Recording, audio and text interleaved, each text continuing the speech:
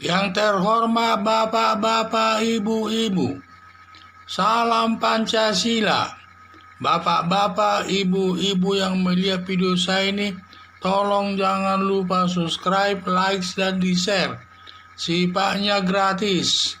Pada hari Jumat tanggal 23 Juli 2021 ini, saya akan mengomentari keluarga CKS kebal hukum, aparat penegak hukum tidak berdaya dibuatnya.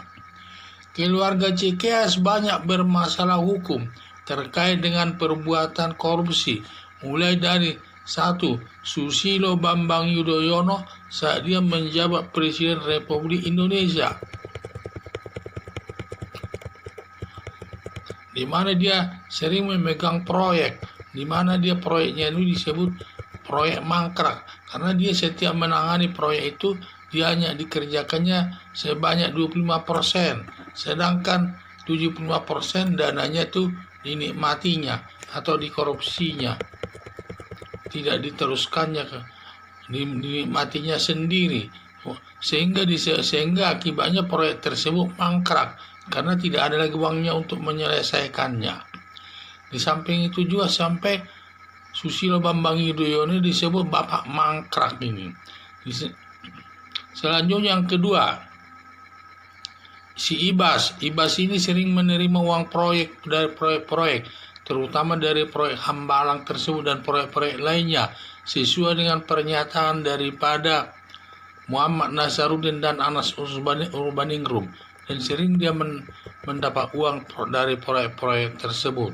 Yang ketiga, Agus Harimurti Yudhoyono selaku Ketua Umum Partai Demokrat, di mana sering menerima setoran-setoran daripada kader Partai Demokrat dari daerah-daerah tersebut untuk dirinya sendiri, sehingga melakukan perbuatan korupsi, sehingga timbul permasalahan kenapa banyak melakukan perbuatan korupsi tetapi tidak ada yang diproses kasusnya di depan hukum, dan penegak hukum pun sampai tidak berdaya dibuatnya. Jadi tidak berdayanya para penegak hukum ini kelihatannya ada 3 dugaan. Satu dugaan pertama mungkin itu mungkin takut nanti digeruduk dari Partai Demokrat itu sendiri kalau nanti sampai diproses anggota keluarga CKS tersebut, yang ribut nanti Partai Demokratnya menggeruduk daripada aparat penegak hukum itu sendiri.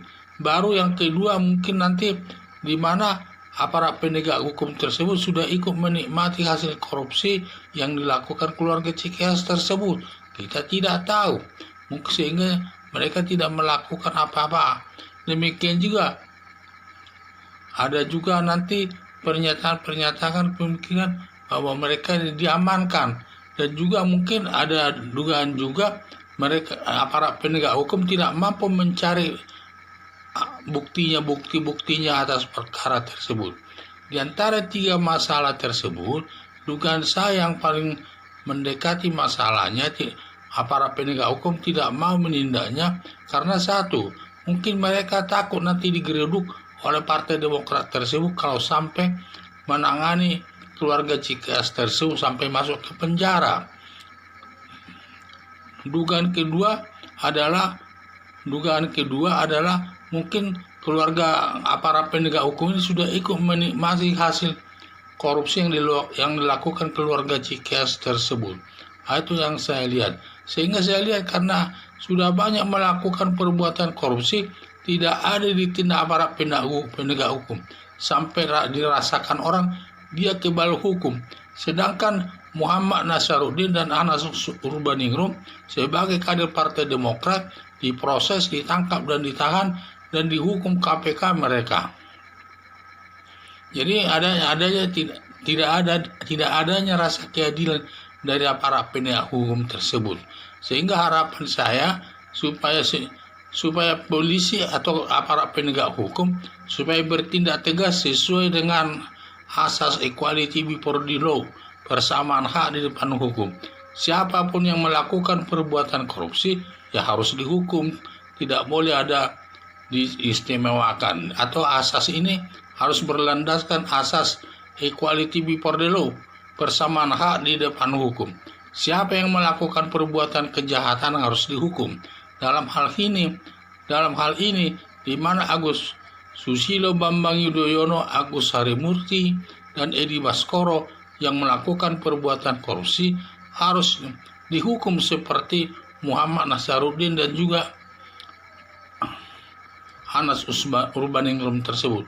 Jangan orang lain sudah korban tetapi mereka tidak, tenang-tenang saja di tengah-tengah masyarakat, tidak dihukum oleh aparat penegak hukum. Jadi harapan saya aparat penegak hukum ini harus tegas dan adil bertindak, tidak memihak kepada siapapun. Yang jelas dia harus berlandaskan daripada keadilan, berdasarkan keadilan yang dilandasi dengan teori asas equality before the law atau persamaan hak di depan hukum. Siapapun yang melakukan perbuatan korupsi harus dihukum.